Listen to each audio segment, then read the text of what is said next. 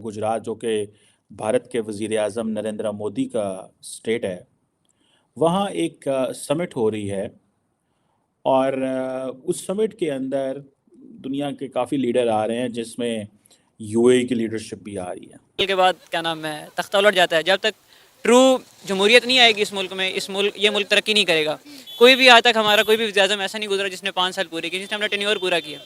वो भी अपनी होम स्टेट में बहुत पैसा लगा रहा है। पीएम मोदी ने गुजरात को बदल के रख दिया। 22-23 साल डायरेक्ट वहाँ पे देखिए ना, 22-23 साल से वो चीफ एग्जीक्यूटिव है। इस वजह से उनका मुल्क जो है वो ग्रो कर रहा है, क्योंकि हर सियासतदान को पूरा टाइम मिलता है अपना टेन्योर पूरा करने का, तो कुछ ना कुछ करके जाता है।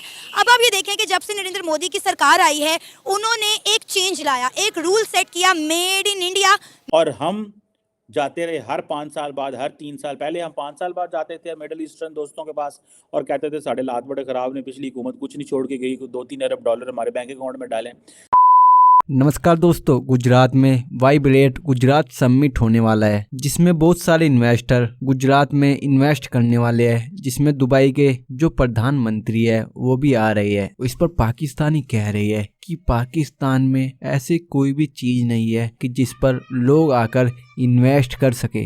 दोस्तों, भारत के अंदर, भारत का जो शहर है गुजरात, जो कि भारत के वज़ीर आज़म नरेंद्र मोदी का स्टेट है, वहाँ एक समिट हो रही है और उस समिट के अंदर दुनिया के काफ़ी लीडर आ रहे हैं, जिसमें यूएई की लीडरशिप भी आ रही है, जिसमें चेक रिपब्लिक के प्राइम मिनिस्टर भी आ रहे हैं, मोज़म्बिक के प्रेसिडेंट भी आ रहे हैं। और समिट का नाम है वाइब्रेंट गुजरात 2024। पाकिस्तान जो है वो दुनिया को ये कहता है कि आए पाकिस्तान में आके इन्वेस्ट करें, और हम मुसलमान दुनिया के पास ही जाते हैं, लेकिन अनफॉर्चुनेटली वो उस तरह इन्वेस्ट करने नहीं आते जिस तरह हम उन्हें कहते हैं, लेकिन वो भारत में ज़रूर इन्वेस्ट करने जाते हैं। मैं देख रहा था कि अभी हाल ही में जापान जो है, एक स्कॉलर हैं, रिसर्च स्पेस के जो हैं, जो स्पेस साइंस के ऊपर जिनकी अंडरस्टैंडिंग है, स्पेस सेक्टर को समझते हैं, वो कहते हैं कि इंडिया जो है that will emerge as a bigger competitor to Japan than China in space. क्योंकि जापान जो है वो first ever pinpoint landing करना चाहता है चांद के ऊपर इस जनवरी में। सो कहा जा रहा है कि जो स्पेस रेस है ये हीट अप हो रही है 2024 में, जिसमें जो मेन प्लेयर्स होंगे वो जापान, चाइना और इंडिया होंगे। पाकिस्तान को ये खबरें क्यों नहीं मिलती? हमारी ये क्यों खबरें हैं कि हम लड़ रहे हैं, हमारे लोग मर रहे हैं? हम क्यों ऐसी खबरें हमारे पास नहीं आ पा रही? हम क्यों कंट्रीब्यूट नहीं कर पा रहे? हमारी डायरेक्शन क्या है? हम क्यों इस मंजिल पे हैं? हमारे सियासतदानों ने, एस्टैब्लिशमेंट ने, एलीट ने क्या ऐसा किया है? हम क्यों ये डिज़र्व नहीं करते? ये बड़े इंपॉर्टेंट क्वेश्चंस हैं। मैं समझता हूँ जिसका हर पाकिस्तानी जिस सवाल का जवाब चाहता है। ये जो वाइब्रेंट गुजरात समिट है, आपको पता है कि इसमें अभी समिट हुई नहीं है, लेकिन 86 बिलियन डॉलर के एग्रीमेंट हो गए हैं, जिसमें दुनिया की 58 कंपनीज, 58 कंपनीज जो हैं, जो कि एनर्जी, ऑयल, गैस, केमिकल्स, इन सेक्टर्स में ऑपरेट करेंगी। और आपको पता है जो गुजरात है ये प्राइम मिनिस्टर मोदी की होम स्टेट है, और बीइंग ए होम स्टेट वो बहुत पैसा लगा रहे हैं इसके ऊपर। उधर यूपी के अंदर योगी आदित्यनाथ, जिनके बारे में कहा जा रहा है कि may be he will be the next prime minister of India, वो भी अपनी होम स्टेट में बहुत पैसा लगा रहा है। पीएम मोदी ने गुजरात को बदल के रख दिया। 22-23 साल डायरेक्ट वहाँ पे देखिए ना, 22-23 साल से वो चीफ एग्जीक्यूटिव है। बल्कि आज मैं उनका देख रहा था इंटरव्यू जो उन्होंने इंडिया टुडे को दिया, और उसमें से वो खैर एक फ्रेंडली इंटरव्यू था। प्राइम मिनिस्टर मोदी की परफॉर्मेंस को जो है वो प्रमोट किया जा रहा था। ये लंबा चौड़ा क्रिटिकल एनालिसिस उन्होंने नहीं किया। सुनने में ये आता है कि प्राइम मिनिस्टर मोदी को इतनी लंबी चौड़ी क्रिटिसिज्म को जो है वो पसंद नहीं करते।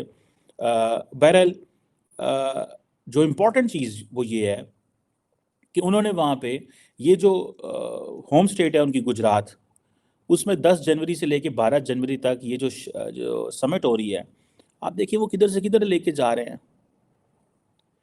अब सिर्फ देखें कि फॉर एग्जांपल रीन्यूएबल एनर्जी के अंदर 10 बिलियन डॉलर की इन्वेस्टमेंट है, और वहाँ पे जो एनर्जी पार्क्स बन रहे हैं, एग्रीकल्चर सेक्टर के अंदर जो जारी बात है उनको पावर चाहिए।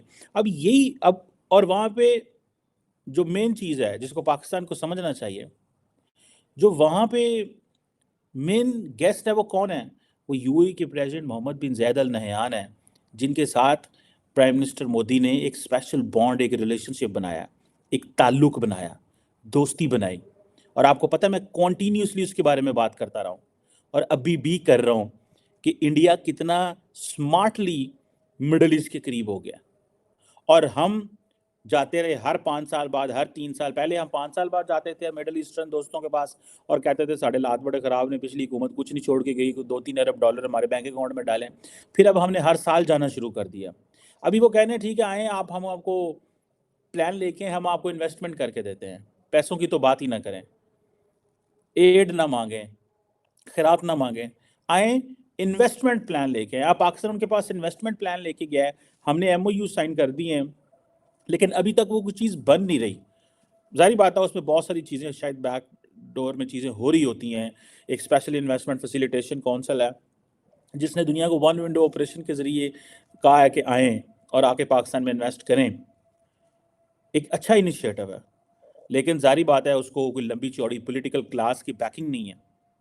पॉलिटिकल क्लास इस वक्त बाहर बैठी हुई है, इलेक्शन खेल रही है, किसी के ऊपर केस है, किसी को अंदर है, कोई खुश है, कोई बाहर है, तो लिहाजा वो चीज़ नज़र नहीं आ रही उस तरह। अब चेक रिपब्लिक का प्राइम मिनिस्टर भी आ रहा है, साल के बाद क्या नाम है तख्ता उलट जाता है। जब तक ट्रू जमहूरियत नहीं आएगी इस मुल्क में, ये मुल्क तरक्की नहीं करेगा। कोई भी आज तक हमारा कोई भी वज़ीर-ए-आज़म ऐसा नहीं गुजरा जिसने 5 साल पूरे किए, जिसने अपना टेन्योर पूरा किया, ठीक है। 2 साल के बाद हर किसी को कीड़ा हो जाता है और क्या नाम है तख्ता उलट जाता है, ठीक है। कोई ये नहीं मैं कि भाई इमरान खान का सपोर्टर हूँ, नवाज शरीफ का सपोर्टर हूँ, दोनों को मिल बैठ के पाकिस्तान के लिए सोचना चाहिए। अगर इमरान खान वज़ीर-ए-आज़म बनता है, ठीक है, तो उसको ये सोचना चाहिए कि वो एक पार्टी का रहनुमा नहीं है, वो मुल्क का रहनुमा है, ठीक है। इसी तरह नवाज शरीफ को भी कि अगर वो वज़ीर-ए-आज़म बने, ठीक है, तो वो मुल्क के लिए सोचे। क्यों नहीं दोनों, आज तक मैंने कभी नहीं देखा कि दोनों ऑपोजिशन भी और क्या नाम है जो लीडिंग पार्टी होती है, वो कभी भी मुल्क के लिए बैठ के उन्होंने कभी कोई इक़दाम नहीं किया, हमेशा एक दूसरे की टांगें खींची हैं। जब तक ये टांगें खींचते रहेंगे तो कभी उस टाइम तक जमहूरियत स्टेबल नहीं होगी। पाकिस्तान का हल मैं जो समझता हूँ वो जब यही हल है कि जमहूरियत जब से स्टेबल होगी पाकिस्तान तरक्की करेगा। क्यों ऐसा क्या है, पाकिस्तान के पास क्या कमी है? हर चीज़ है पाकिस्तान के पास, बस ये है कि जमहूरियत जो है वो स्टेबल नहीं है। अब आप ये देखें ना कि इंडिया की तरक्की का राज क्या है। एक तो चलो मानते हैं कि इंडिया में पॉलिटिकल स्टेबिलिटी है, इस वजह से उनका मुल्क जो है वो ग्रो कर रहा है, क्योंकि हर सियासतदान को पूरा टाइम मिलता है अपना टेन्योर पूरा करने का, तो कुछ ना कुछ करके जाता है। अब आप ये देखें कि जब से नरेंद्र मोदी की सरकार आई है, उन्होंने एक चेंज लाया, एक रूल सेट किया, made in India, make in India. तो मेरा ख्याल है मेक इन इंडिया ने जो है वो मेड इन इंडिया कर दिया है। अब आप देखें कि इंडिया के अंदर हर चीज़ जो है वो खुद बनती है, सुई से लेके जहाज़ तक, हर मिसाइल वो अपने मुल्क के अंदर बना रहे हैं। और इवन के उन्होंने अपनी इंपोर्ट पे ज़्यादा कम और एक्सपोर्ट पे जो है वो ज़्यादा ध्यान देना शुरू कर दिया है। अब आप देखें कि इसी तरह जो है मुल्क की मौशियत बढ़ती है। आप देखें वर्ल्ड बैंक कह रहा है कि पाकिस्तान का इकोनॉमिक मॉडल काम नहीं कर रहा, पाकिस्तान डिफ़ॉल्ट होने वाला है। कितने सालों से आप सुन रहे हैं कि पाकिस्तान डिफ़ॉल्ट हो रहा है। अब इंडिया की इकॉनमी देख लें, कोई ऐसा मुल्क जिसके साथ उनकी ना बनती हो, जिनके साथ वो ट्रेड ना कर रहे हो। एग्जैक्टली आप देखें इंडिया के जो आप अगर वर्ल्ड के बिलियनर्स का भी देखें तो इंडिया में तकरीबन कोई 167 बिलियनर्स हैं। लाइक टाटा कंपनीज है, अडानी ग्रुप है, तो उन्होंने एक पॉलिसी बनाई है। उन्होंने एक पॉलिसी होती है कि आपके जो मेन फैक्टर होता है ना, ये नहीं है कि इंडिया वाले करप्ट नहीं है, they are most corrupted nations, हमारे जैसे ही हैं। बट पॉइंट ये है कि उन्होंने एक रूल्स एंड लॉ को और उसके बाद जो उनके इकॉनमी जो इन्वेस्टर्स था उनका एक एतमाद जीता है। और बीइंग उनके एक 1 बिलियन से ज़्यादा आबादी होने की वजह से, 1 अरब आबादी ज़्यादा होने की वजह से इनको एक वो भी एज मिल जाता है कि उनकी लेबर जो है वो सस्ती होती है।